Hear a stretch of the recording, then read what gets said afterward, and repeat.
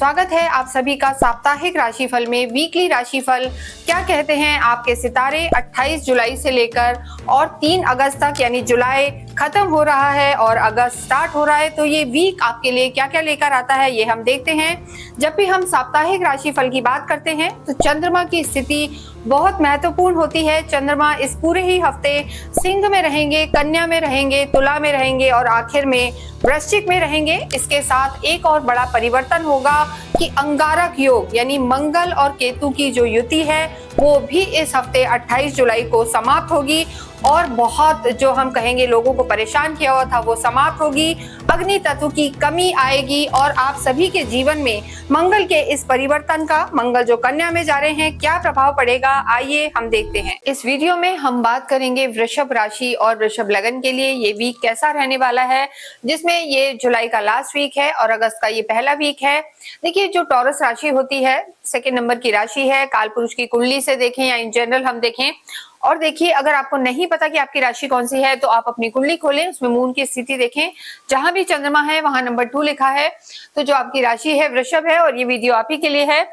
इस वीक में अगर हम वीक की बात करते हैं तो मून बहुत ज्यादा इंपॉर्टेंट होते हैं इस पूरे ही हफ्ते में, जिसमें 28 से लेकर और 3 अगस्त तक चंद्रमा सिंह में रहेंगे, कन्या में रहेंगे, तुला में और वृश्चिक में रहेंगे।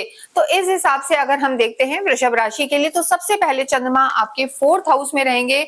चौथे घर के चंद्रमा को अच्छा नहीं माना जाता है, तो यानी जो हफ्ते की शुरुआत है उसमें ही हम कहेंगे कि 2 दिन, लगभग 1.5 दिन आप ये मान के चलें कि 28 और 29 का आधा दिन आपको ध्यान रख के चलना है। कोई मेजर डिसीजन नहीं लेना है।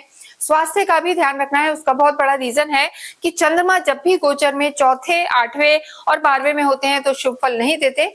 तो आपके हफ्ते में शुरू में ही चंद्रमा केतु के साथ यहाँ पर रहेंगे, ग्रहण योग बनाएंगे। उसके बाद चंद्रमा कन्या में आएंगे और फिर उसके बाद आपके 6th हाउस में आएंगे और उसके बाद आपके 7th हाउस में आएंगे। तो हफ्ते की शुरुआत बहुत ज्यादा अच्छी यहाँ पर नजर नहीं आ रही है।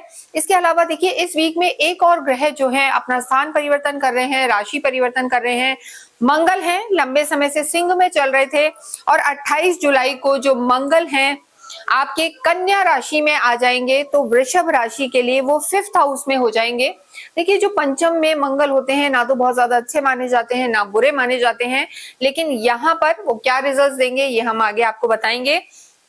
तो अंगारक योग जो लंबे समय से चल रहा था, लोगों को परेशान किया हुआ था, अब ये मंगल और केतु की जो युति है ब्रेक हो जाएगी और हमने आपको दिखाया हुआ है कि कन्या में प्रवेश कर जाएंगे। तो इसके बाद चीजों में सुधार होगा और साथ ही साथ शुक्र गुरु का लक्ष्मी कुबेर योग बना हुआ है, उसकी स्थिति भी आपके लिए हम कहेंगे अच्छी है, धन भाव में है, आपके लिए बेहतर है। बुध आदित्य योग बना हुआ है, राहु कर्म क्षेत्र में है और शनि इस समय आपके लाभ भाव में है। शनि और बुध वक्री चल रहे हैं।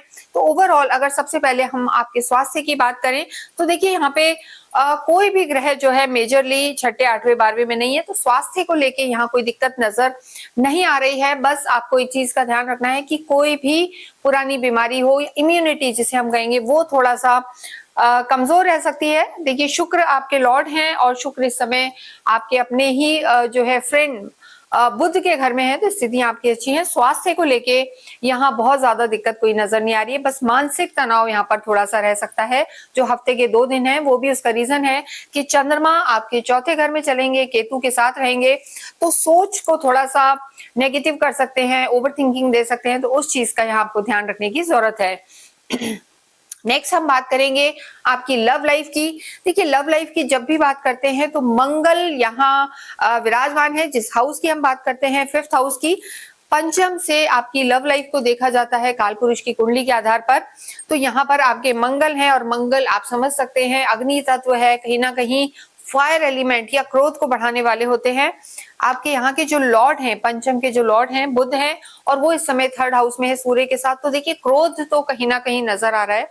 हालांकि आप इस समय शांत नजर आ रहे हैं, आप बहुत ज्यादा आर्ग्यूमेंट में भी नहीं जाएंगे, लेकिन जो आपके पार्टनर हैं उनको थोड़ा सा एग्रेशन इस वीक में नजर आ रहा है। स्पेशली जब हफ्ते की शुरुआत होगी तो आप बिल्कुल भी आर्ग्यूमेंट्स में ना जाएं, वरना आपकी लव लाइफ डैमेज हो सकती है। मंगल और केतु ऐसे प्लैनेट्स होते हैं जो थोड़ा काटने वाले किसी भी चीज को होते हैं, हम ये कहेंगे अलगाववादी बनाते हैं, तो ऐसे में मंगल का यहाँ होना टॉरस के लिए बहुत ज्यादा लव लाइफ के लिए अच्छा नहीं है, तो इस चीज का ध्यान रखें और क्रोध पर संयम रखें।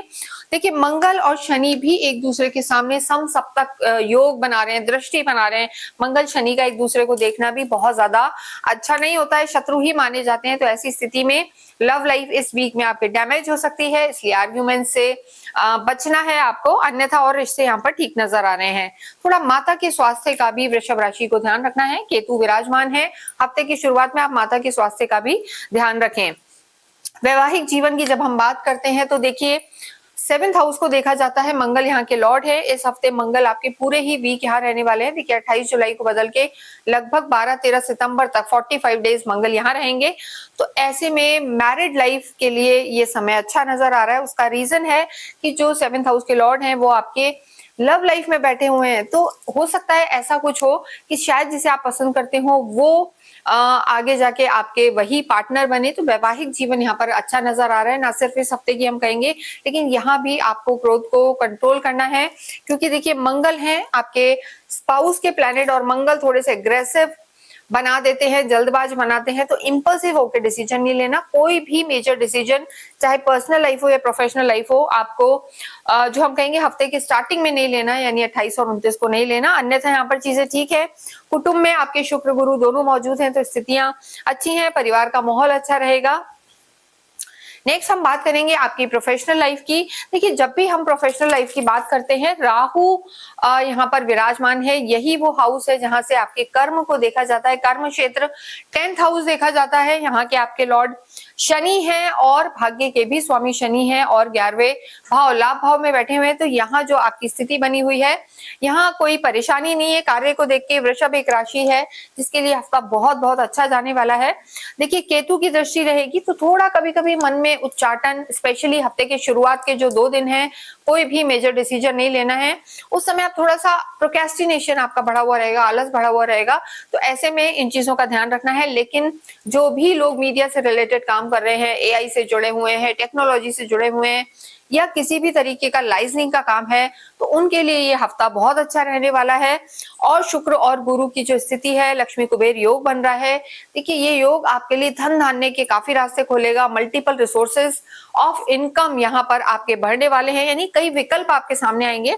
तो स्थितियां बेटर हैं, लेकिन मंगल की दृष्टि है लाभ भाव पे और शनि की भी दृष्टि है मंगल पर, तो ऐसे में थोड़ा आपसी विवादों से बचना है। ऑफिस में कुछ ऐसा माहौल रह सकता है कि कॉन्फ्लिक्ट वगैरह हो सकते हैं, तो इन चीजों का ध्यान रखें। विद्यार्थियों के लिए 5th हाउस देखा जाता है, 5th हाउस यहाँ पर मंगल विराजमान है, बुध सूर्य के साथ हैं, तो विद्यार्थियों के लिए वीक हम कहेंगे अच्छा रहने वाला है।